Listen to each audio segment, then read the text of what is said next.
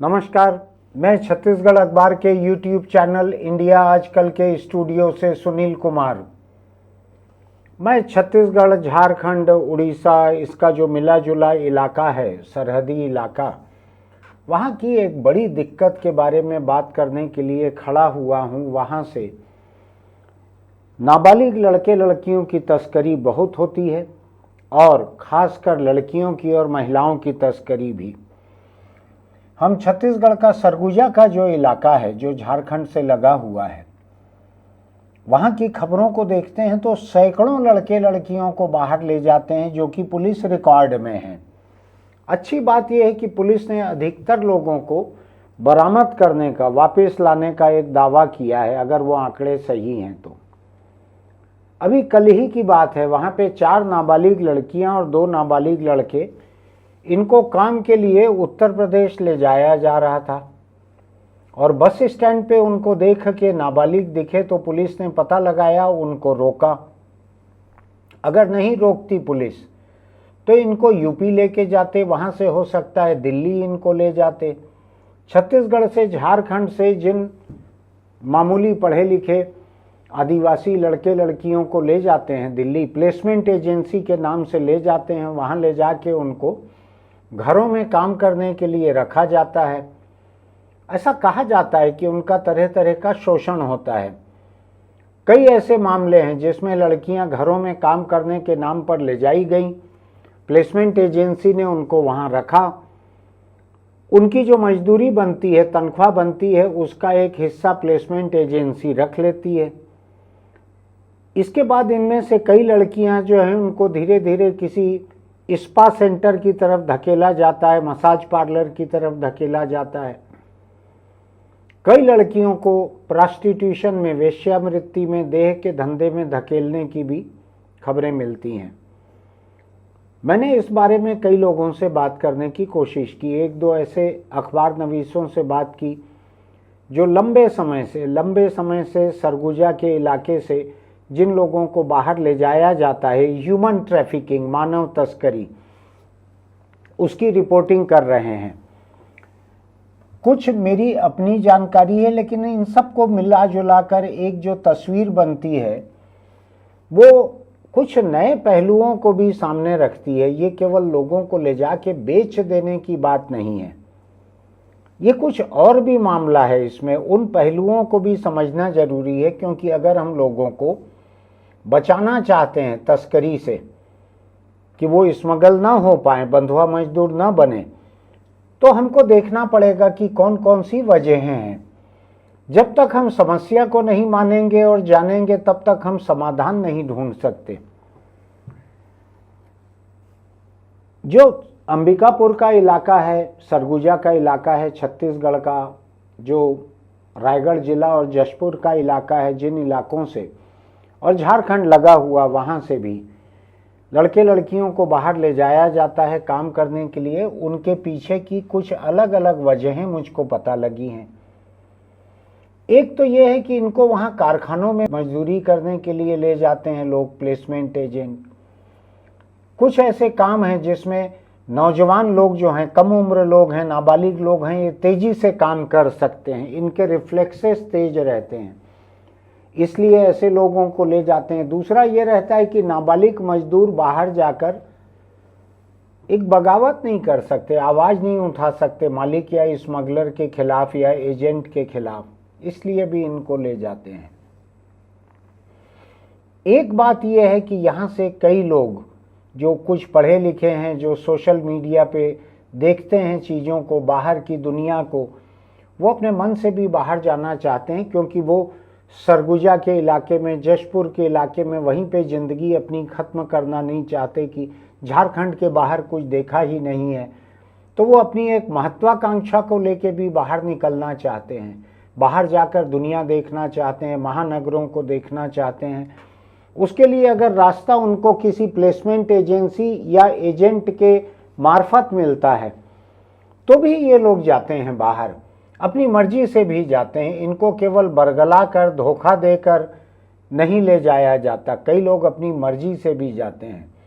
मुझको अगर ठीक से याद पड़ रहा है तो जशपुर से मुंबई जाकर एक आदिवासी लड़की जो है बड़ी प्रमुख मॉडल बनी है। उसकी तस्वीरें जो हैं इंटरनेट पर छाई रहती हैं, इंस्टाग्राम या फेसबुक या कई जगहों पर उसकी तस्वीरें छाई रहती हैं। वो बड़ी मॉडल बनी है वहाँ से जाकर। हो सकता है कि ऐसी एक एक मिसाल सोशल मीडिया पर, ऐसी एक एक मिसाल हजारों दूसरी लड़कियों का हौसला बढ़ाती हो कि वो भी बाहर जाकर कुछ हासिल कर सकती हैं। हो सकता है कुछ लोग बाहर जाकर बेहतर पढ़ाई करना चाहते हो कि हम वहाँ मजदूरी भी कर लेंगे, काम कर लेंगे, आगे की पढ़ाई करेंगे, अपनी ज़िंदगी बनाएंगे, यहाँ के आदिवासी गांव में क्यों रहेंगे। ऐसी एक महत्वाकांक्षा भी हो सकती है। ये भी हो सकता है कि झारखंड, छत्तीसगढ़ के आदिवासी इलाकों में रोजगार की, कमाई की वो संभावनाएं न हो जो कि दिल्ली, बम्बई में जाके ही हासिल हो सकती है या बड़े शहरों में जाकर हासिल हो सकती है। गांव देहात में नौकरी कितनी रहेगी?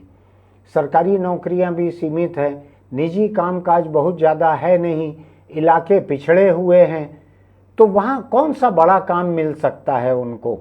तो हो सकता है कि वो बाहर जाकर कोई बड़ा काम करें, कोई अधिक तनख्वाह का, अधिक मेहनताने का काम करें, इसके लिए भी जाती होंगी। कुछ एक लड़कियां जो हैं हो सकता है वो किसी प्रेम प्रसंग के चलते चली जाती हों कि प्रेम हो गया है, घर वाले शादी करने नहीं दे रहे हैं।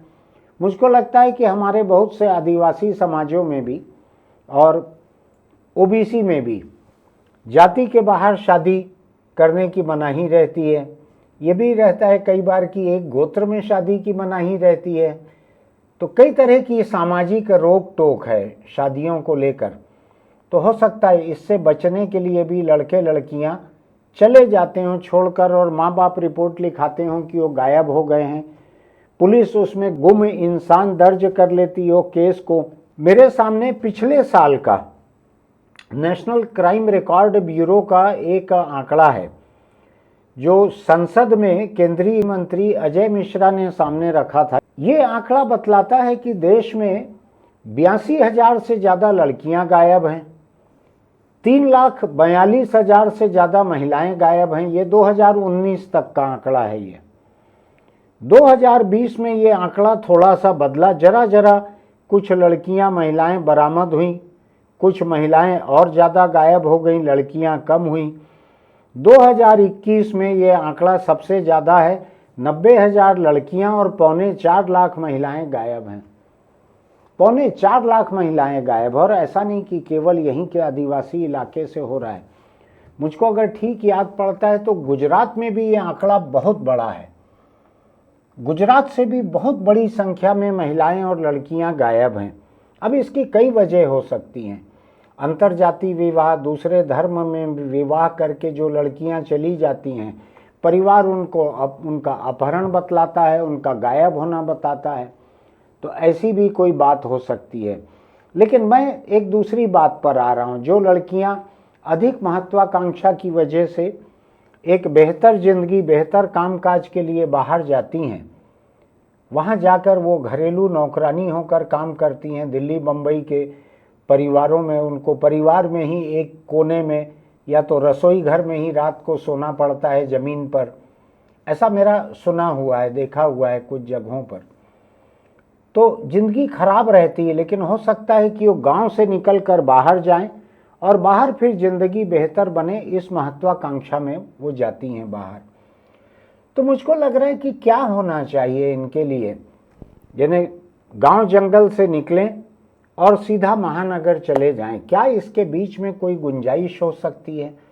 क्या राज्य सरकार, क्योंकि केंद्र सरकार तो अलग अलग राज्यों में घूम के ऐसा कुछ कर नहीं सकती, करना तो राज्य सरकारों को है। तो राज्य सरकारें क्या कर सकती हैं? क्या इनके लिए ऐसे प्रोफेशनल कोर्स चला सकती हैं?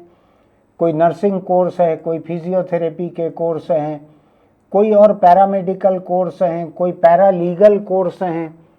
क्या ऐसा हो सकता है जिससे आदिवासी इलाकों के लड़के लड़कियां जो घर छोड़कर महानगरों की तरफ जाते हैं बेहतर जिंदगी, काम, उसकी तलाश में, उनको यहाँ क्या संभावनाएं मिल सकती है? यहाँ रोजगार की क्या संभावनाएं मिल सकती है? पढ़ाई लिखाई की क्या संभावनाएं मिल सकती है? कैसे उनको बाहर के शोषण से बचाया जा सकता है। अब वो वक्त नहीं रह गया है कि आज के मामूली पढ़े लिखे नौजवान भी मनरेगा वगैरह में काम कर सकें, मजदूरी कर सकें, मिट्टी खोद सकें, वो वक्त नहीं रह गया है। वो यूट्यूब पर देखते हैं, वो सोशल मीडिया पर, इंटरनेट पर देखते हैं कि बाहर की दुनिया कैसी चकाचौंध वाली है। उसके बाद उनसे यहाँ मिट्टी खोदते नहीं बनता, क्योंकि वो स्कूल पढ़े हुए हैं, शायद थोड़ी बहुत कॉलेज की पढ़ाई भी उन्होंने की हुई है। तो ये समाज को और राज्य सरकार को, इनको इस बात को समझना है कि नई पीढ़ी की जो महत्वाकांक्षाएं हैं उसके हिसाब से उनको तैयार कैसे किया जा सकता है, मजदूरी से ऊपर किसी बेहतर कामकाज के लिए कैसे तैयार किया जा सकता है, ये सोचना जरूरी है। उसके बिना क्या हो रहा है कि जितने लड़के लड़कियां जो नाबालिग हैं या बालिग होने के बाद जल्द ही जो बाहर चले जाते हैं, वो कई तरह के शोषण का शिकार होते हैं। उससे बचाने के लिए ये राज्य को ही करना पड़ेगा कि कैसे उनको किसी कामकाज को सिखाया जाए, कैसे कोई पेशेवर कोर्स उनको सिखाया जाए, ट्रेनिंग दी जाए और उनके लिए कामकाज यहाँ पैदा भी किया जाए।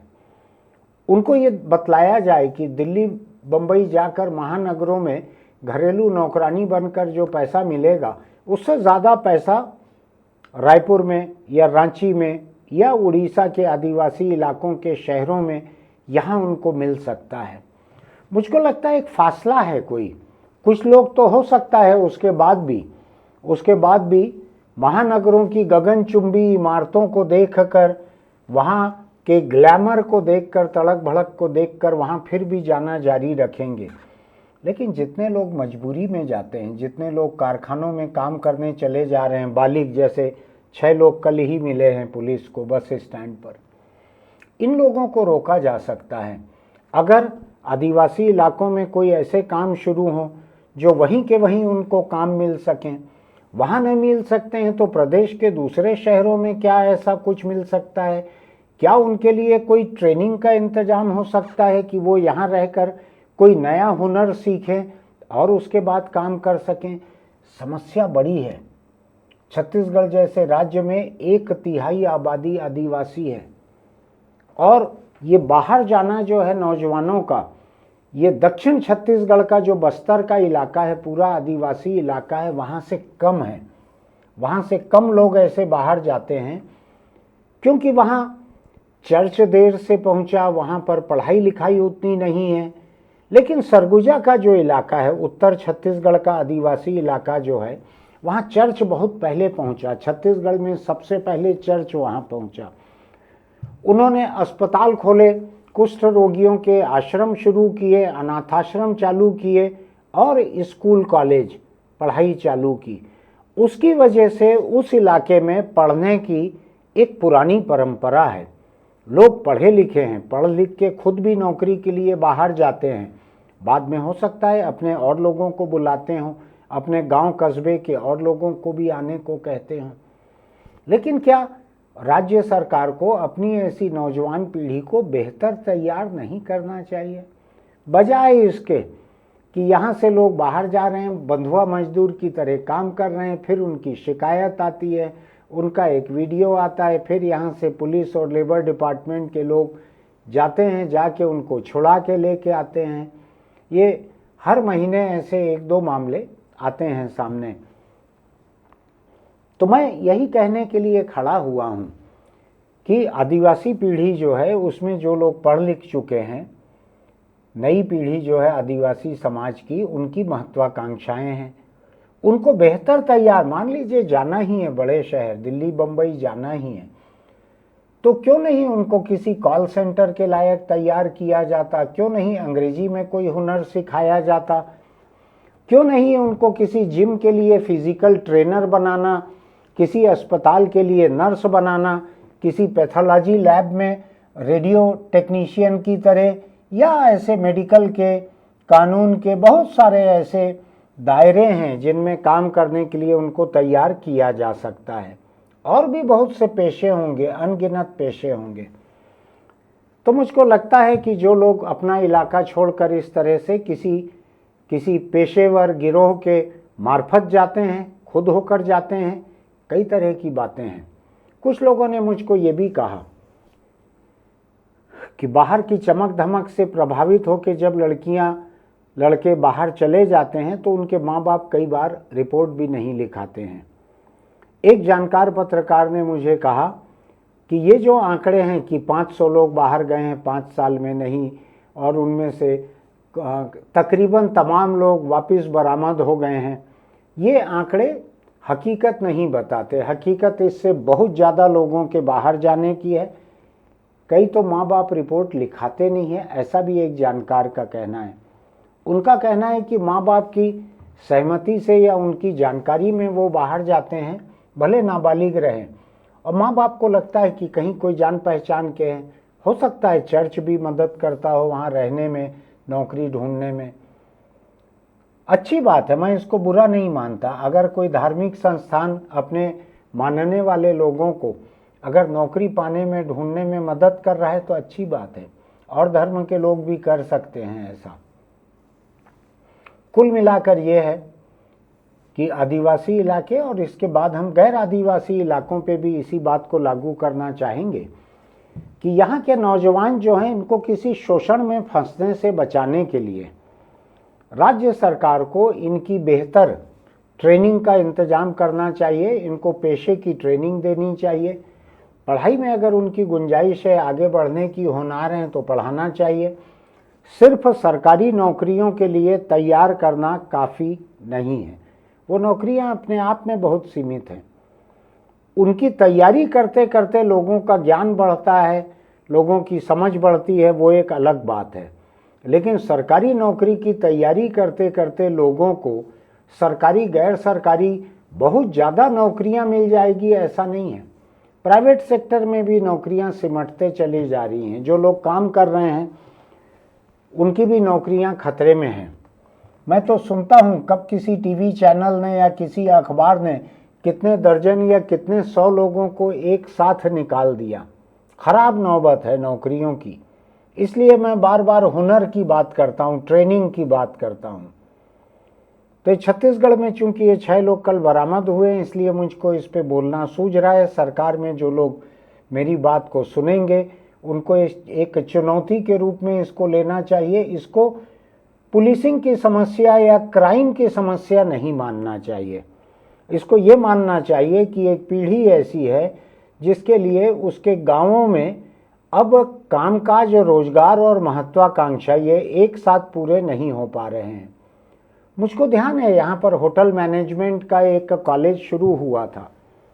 अब वो चल रहा है कि नहीं चल रहा है मुझको नहीं मालूम है, लेकिन छत्तीसगढ़ में ही अगर आप होटलों में देखेंगे लोगों को, रेस्तरां में देखेंगे काम करने वाले लोगों को, उसके अधिकतर लोग आपको मिलेंगे उड़ीसा से, बंगाल से आए हुए मिलेंगे। वेटर, वेट्रेस, कुक, मैनेजर, ये उड़ीसा और बंगाल से आए हुए लोग मिलेंगे। तो मैं सोचता हूँ क्यों यहाँ के लोगों को तैयार नहीं किया जा सकता।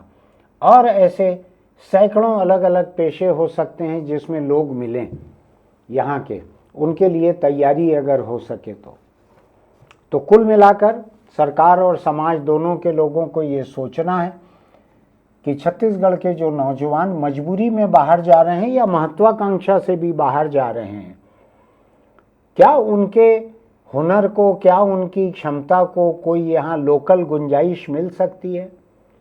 क्या यहाँ पर कामकाज ढूंढे जा सकते हैं? क्या यहाँ पर बेहतर ट्रेनिंग देकर, बेहतर पढ़ाई करवाकर फिर उनको बाहर जाने के लिए मौका दिया जा सकता है कि ठीक है आप इतना सीख लिए हो, पढ़ लिए हो, अब बाहर जाके तुमको दुनिया देखना है तो देखो। मुझको लगता है कि एक हुनर के साथ लोग अगर बाहर जाएंगे तो उनका शोषण उतना आसान नहीं रहेगा।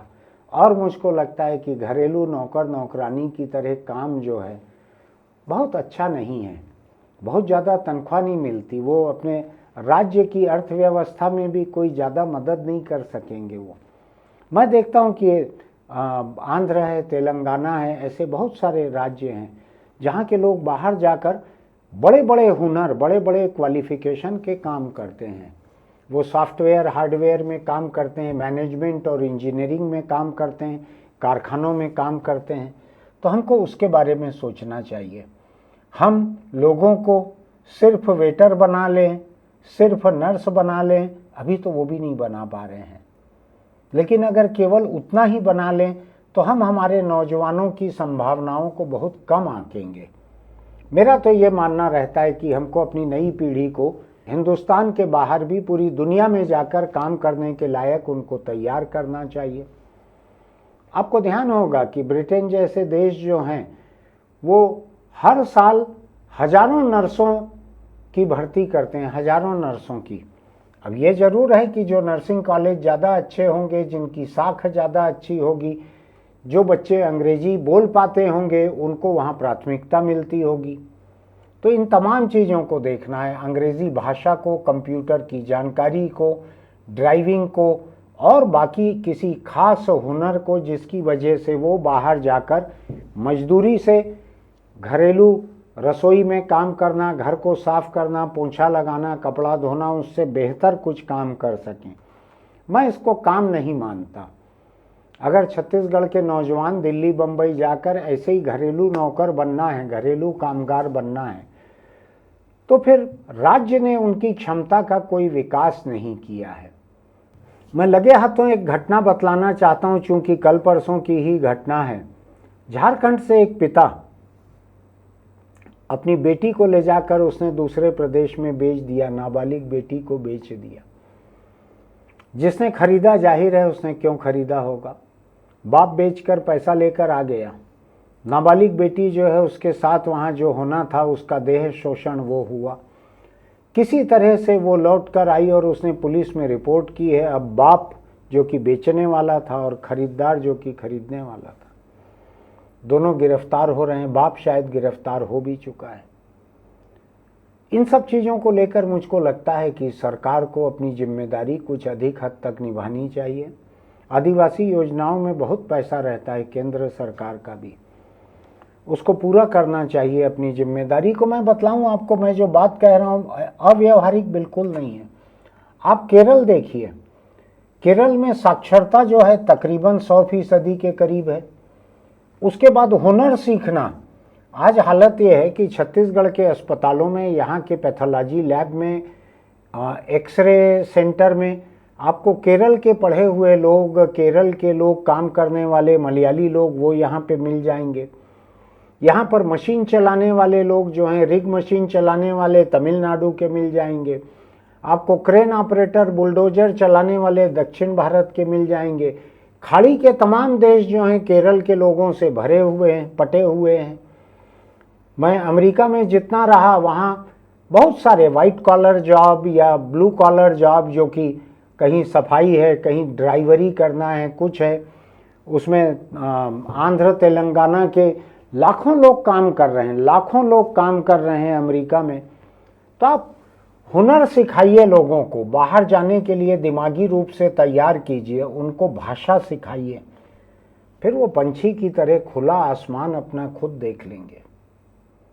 इस बारे में समाज को और सरकार को दोनों को सोचना चाहिए कि हमारी नौजवान पीढ़ी की क्षमता को अंतर्राष्ट्रीय मुकाबले के लायक हम कैसे तैयार कर सकते हैं, और अंतर्राष्ट्रीय के पहले हमको उनको राष्ट्रीय मुकाबले के लिए तैयार करना पड़ेगा। सोच के देखिएगा इस बारे में, फिर मिलेंगे। अगर आपको ये मेरी बात अच्छी लगी हो तो हमारे YouTube चैनल इंडिया आजकल को सब्सक्राइब कीजिएगा, नोटिफिकेशन की बटन दबाइएगा, लाइक कीजिएगा, कमेंट बॉक्स में लिखिएगा कि ये बात आपको कैसी लगी, क्या करना चाहिए समाज को और सरकार को। नौजवान पीढ़ी भी अपनी क्षमता को कैसे बढ़ा सकती है, कैसे नए हुनर सीख सकती है, उनको भी सोचना चाहिए। मेरा ये मानना है घरेलू नौकर बनकर किसी को संतोष नहीं करना चाहिए, उससे बेहतर कामकाज के लिए अपने को तैयार करना चाहिए। हम फिर मिलेंगे। चलते चलते एक छोटी सी सलाह, अगर आप बीड़ी, सिगरेट, गुटखा, तंबाकू खाते पीते हैं तो आप कैंसर को न्योता देते हैं। कैंसर आगे पीछे आप तक पहुंचेगा ही पहुंचेगा, इसलिए तंबाकू को छोड़ दीजिए। तंबाकू और कैंसर का तीसरी चौथी पीढ़ी का रिश्ता है, वो आता ही है मिलने के लिए तंबाकू से, और फिर मौत बहुत बुरी होती है।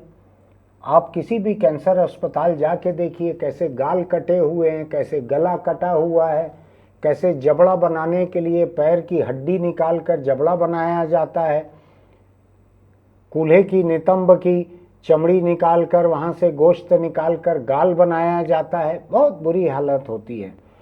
तंबाकू इतनी अच्छी चीज़ नहीं है कि ऐसी मौत मरने के लिए आप उसका मज़ा लें कुछ समय के लिए, बहुत लंबा मज़ा भी नहीं ले सकते आप।